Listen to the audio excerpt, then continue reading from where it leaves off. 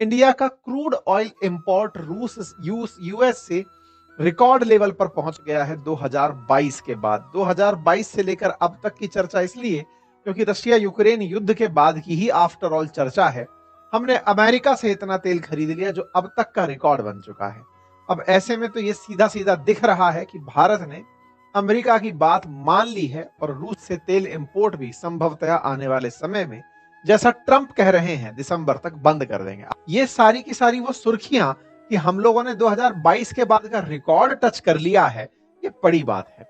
ऐसे में भारत और रूस की दोस्ती का क्या हुआ? भाई साहब, दोस्ती पर टैरिफ हावी हो गया। टैरिफ लगाने वाले कौन थे? मित्र डोनाल्ड ट्रंप थे। डोनाल्ड ट्रंप ने टैरिफ की बात क्यों की, इसके पीछे सब जानते हैं। लेकिन एक और बात जो हम लोग अक्सर मिस कर जाते हैं वो भी जान लें।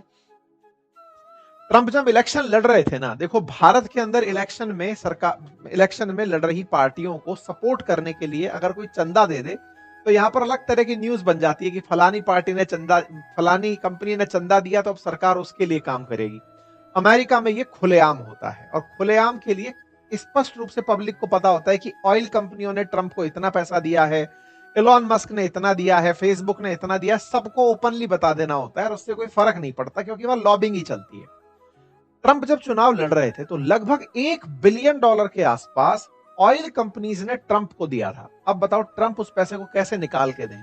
जिस समय बाइडेन थे तब तो भारत रूस से बढ़िया तेल खरीद रहा था। आपको ध्यान ही होगा, हमने बढ़िया तेल खरीदा है, आंकड़े हैं, $35 प्रति बैरल पर खरीदा है। लेकिन ट्रंप को फंडिंग थी और ट्रंप को फंडिंग जिन लोगों की थी वो लोग अपना पैसा तो निकालेंगे ना। तो ट्रंप के ऊपर दबाव था कि भाई साहब उसको घुमाओ और हम तक लेकर आओ, हम तक लेकर आओ, तो भाई साहब कामयाब हो गए।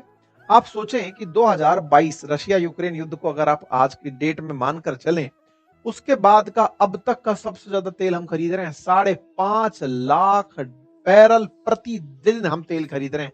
5,40,000 barrel per day oil purchase है इंडिया का, जो कि अक्टूबर 2022 से अब तक का सबसे अधिक तेल है। अब आप पूछेंगे कि साहब ये तेल कितना परचेज था, तो आप सोचकर देखिए कि जब ट्रंप आए थे ना उस समय पर $67 बैरल प्रतिदिन तेल खरीद रहे थे हम अमेरिका से, मतलब एवरेज आउट करके चलिए आप इसको। और आज 67 का मतलब है 67,000 बैरल, ठीक है। आज 537 मतलब 5,37,000 बैरल पर डे तेल हम खरीद रहे हैं। यानी कि ट्रंप के आने से तेल का परचेज 10 टाइम्स बढ़ चुका है। आप इससे अंदाजा लगा कर देखिए, ठीक है। भारत ने तेल की खरीद में बीच बीच में उछाल देखा है, जब जब हमको लगा कि अमेरिका से तेल खरीद के बाजार सेटल करना है, लेकिन इस बार तो रिकॉर्ड ही कर दिया है, 5,37,000 बैरल प्रतिदिन। रूस से हम कितना खरीदते हैं? रूस से खरीदते हैं लगभग 20 लाख बैरल पर डे।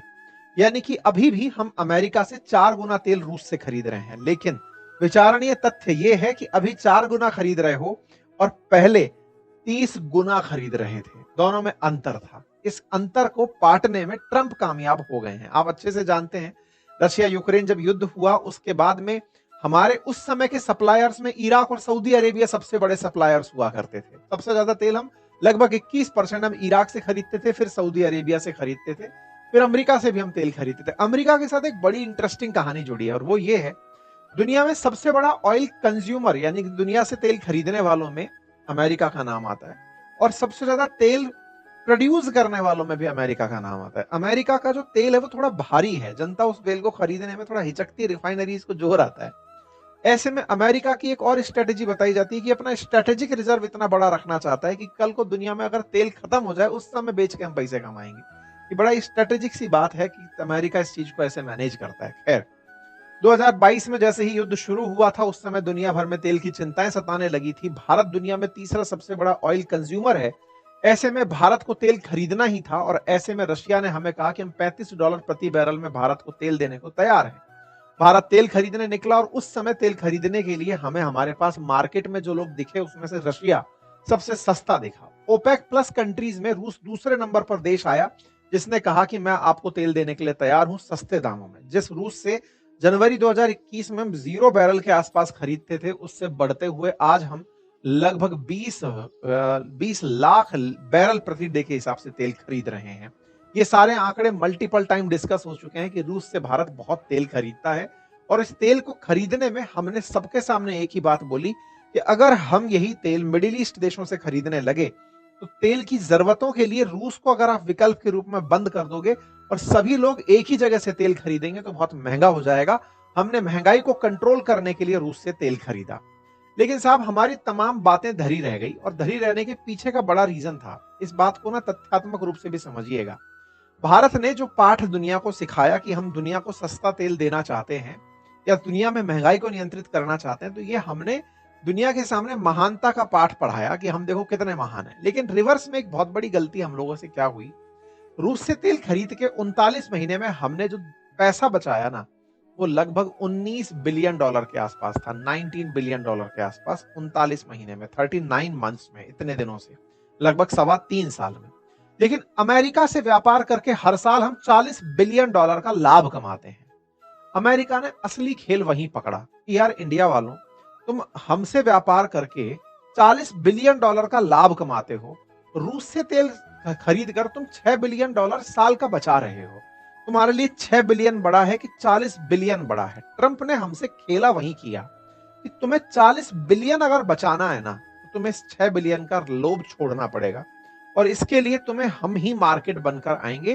तुम हमारे कहने से रोकोगे तो रूस के पास तेल की सप्लाई के चलते पैसा कम जाएगा और वो फिर यूक्रेन वाली बात पर मानने को तैयार होगा, क्योंकि यूक्रेन को हमने कमिटमेंट दिया हुआ है। खेल मतलब इस तरह से खेला गया। भारत की तमाम कंपनीज में से, जैसे रिलायंस है, नायरा है, हमारी प्राइवेट कंपनीज है, इन्होंने खूब तेल रूस से खरीदा और हमने आंकड़े जो बनाए वो तो फिलहाल के लिए न्यूज है।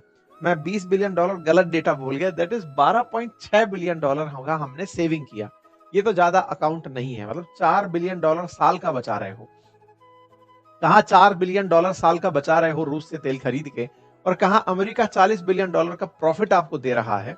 तो अमेरिका ने बस यहीं पर खेला खेला कि भाई साहब, अगर आपको हमसे ही व्यापार रखना है तो कृपया करके हमारे इस व्यापार में आप हमारे साथ की बातें भी मानेंगे, रूस से तेल खरीदना बंद करिए, अदरवाइज हम पर टैरिफ लगाएंगे। और देखिए, अगर 25% एडिशनल टैरिफ लगेगा तो भारत का व्यापार जो अमेरिका से हो रहा है वो प्रभावित होगा। तो हमारा लाभ जो हम यहां से कमा रहे हैं वो वहां कंपनसेट हो गया है। यानी टैरिफ के चलते एक्सपोर्ट घट गए या फिर हमारी प्राइसेस ज्यादा कॉम्पिटिटिव नहीं बची, और नहीं बची तो हमारा बाजार कोई और देश खा गया। ऐसे में भारत को ये रियलाइज हुआ कि यार हम अगर रूस से तेल खरीदते रह गए तो हम उतने ही ज्यादा नुकसान में पहुंच जाएंगे, और ये आदमी रुकने वाला और नहीं है। फिर ये कहीं और तरीके से, और दुनिया में इस समय इसने जो पीस प्रेसिडेंट का राग अलापा है ना, इससे लगभग हर देश तो अब मान ही गया है। अभी जापान है तो जापान वाले मान गए, हर देश लगभग इनकी बात अब मान ही रहा है। ये यूक्रेन वॉर को खत्म करके पीस प्रेसिडेंट का पूरी तरह खिताब चाहते हैं, और उसमें अड़चन भारत और चीन बने हुए हैं। तो भारत की तरफ से तो ये गुड न्यूज आ चुकी है, क्योंकि भारत ने इनसे तेल खूब खरीद करके इन्हें खुश कर दिया है। और इन्हें खुश कर दिया है से मतलब है इनके इन्वेस्टर्स को खुश कर दिया है, क्योंकि ट्रंप जब चुनाव लड़ रहे थे उस समय पर 1 बिलियन डॉलर के आसपास इन्हें तेल देने वाली कंपनियों से फंडिंग मिली थी। ऐसे में इन्होंने उनको लाभ पहुंचाने के लिए पहले टैरिफ लगाए, और टैरिफ लगाकर रूस से तेल खरीदना प्रतिबंधित किया। टैरिफ और रूस से तेल लगने के चलते भारत जाकर पहुंचा अमेरिका, और 5 लाख बैरल प्रतिदिन तेल खरीदना शुरू हुआ। तो कुल मिलाकर के ट्रंप का जो खेल है वो भारत के लिए लेकिन अब सकारात्मक तरफ जा रहा है। मैं इसे बार बार इसलिए बोल रहा हूं, ट्रंप ने अपने हितों के लिए इस पूरी चक्री को घुमाया, भारत उसके अकॉर्डिंग घूमते चले गए। लेकिन चूंकि भारत इस दिशा में आगे बढ़ चुका है, ये एक पॉजिटिव साइन है कि हम एडमंट नहीं हो रहे हैं, हम जिद्दी नहीं हो रहे हैं कि नहीं हम तो ट्रंप आपकी बात मानेंगे ही नहीं, हम रूस से ही तेल खरीदते रहेंगे। जब दुनिया का हर देश मान गया कि भाई अमेरिका के साथ ही चलना है, व्यापार करना है, इससे झगड़ करके कुछ नहीं होता, पैसे से पीछे 3 जीरो हट जाएंगी खामखा, इसलिए इसके साथ चलने में भलाई है, ये वाला संदेश अब इन न्यूज से पता चल रहा है। और अगर ये संदेश दिख रहा है तो इसका मतलब है ट्रेड डील बहुत नजदीक है, दोनों देश आपस में मिलकर के जल्दी ही अच्छी तरफ आगे बढ़ेंगे। इंडियन रिफाइनर्स जो फिलहाल यूएस से तेल खरीद रहे हैं वो खरीदते रहेंगे। लेकिन एक बात यहां पर और मैं इंटरेस्टिंग आपको बताऊंगा, इस बीच में क्या हुआ, एक न्यूज और आई थी ना, आपने देखा होगा कि अमेरिका ने रोजनेफ्ट और रूस की एक और कंपनी है उसके ऊपर इन्होंने पाबंदियां लगा दी थी कि ये सैंक्शनड कंपनीज हैं, इनसे आप तेल नहीं खरीदेंगे। तो बात निकल कर आई कि कंपनियों पर सैंक्शन लगाया है, बेहतर होता कि किसी तरीके से और तेल मंगा लेते, कंपनियों से ना मंगाते। लेकिन सही मायने में भारत लगभग 10 लाख बैरल पर डे तेल खरीदता ही उन कंपनियों से है। तो ऐसे में कुल मिलाकर के हमारे लिए जो ऑयल का रूट है ना, वो रूट भी अगर कहीं से निकलता है तो भी अब रूसी तेल से हम किनारा कर जाएंगे, ऐसा हमारी कंपनीज ने, रिलायंस ने, नायरा ने लगभग सोच लिया है। आने वाले समय में भारत अमेरिका के साथ आगे बढ़ेगा, क्योंकि अभी के लिए लगभग $1 बिलियन के आसपास ल्यूक ऑयल से हम 0.26 मिलियन बैरल पर डे खरीदते हैं और रोज नेफ्ट से 0.82 मिलियन बैरल पर डे खरीदते हैं, यानी कि 1 मिलियन पर डे हम लोग खरीद रहे हैं इन दो कंपनियों से जिन पर प्रतिबंध लगे हैं। इनके प्रतिबंध के चलते ही भारत की जो कंपनीज हैं इन्होंने तेल खरीदने पर रोक के बारे में विचार किया है। दूसरी तरफ चाइना ने भी ये सोच लिया कि भाई अब इन कंपनियों से तेल खरीदना रिस्क से मतलब खाली नहीं है, इसलिए अब इनके ऑल्टरनेट निकाले जा रहे हैं। कुल मिलाकर के दुनिया में रूस से तेल खरीदने पर पाबंदी लगती दिख रही है। भारत अगर इसका कोई रूस रास्ता निकाल पाया तो संभव है ये हो सके कि साहब आधा तेल हमें वहां से खरीदने दो, आधा हम आपसे खरीद लें, लेकिन वो कैसे मैनेज होगा वो देखने का विषय है। कुल मिलाकर के हमारे लिए आज ये खबर काम की इसलिए है कि एक पॉजिटिव संदेश है इंडिया और यूएस ट्रेड डील के बारे में होने का। हाँ, आप में से कुछ लोग ये जरूर कह सकते हैं कि ये एक तरीके से हमने रूस के साथ में वफादारी तोड़ने जैसी हरकत कर दी। असल में वफादारी तोड़ने जैसी हरकत नहीं है, इसके भी मायने हैं कि आज हम रूस को जो तेल खरीदते हैं रूस से, उसका वो पेमेंट हमसे डॉलर में ही ले रहा है। हमसे पेमेंट डॉलर में लेता है, कहता है कि रूबल में कर दो या फिर चीनी युआन में कर दो, लेकिन मुद्दा यह है कि आज जो प्रोडक्ट वो चीन से खरीदता है वो हमसे भी खरीद सकता था।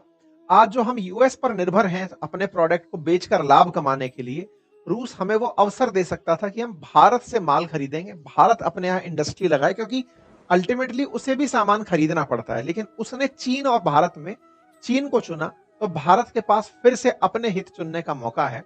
तो इसे कुल मिलाकर ये समझकर चलिए कि दुनिया स्वार्थ की है, लाभ के हिसाब से भारत बढ़ रहा है, यही फिलहाल के लिए दिख रहा है। ठीक है साहब, उम्मीद है कि आप सभी साथियों को आने वाले समय के लिए ये आइडिया लग गया होगा कि दिशा किस तरफ जा रही है। बाकी आप लोग इस विषय पर क्या सोचते हैं, अपनी राय कमेंट बॉक्स में जरूर बताइए। फिलहाल के लिए इतना ही। चैनल पर नए हैं तो सब्सक्राइब कर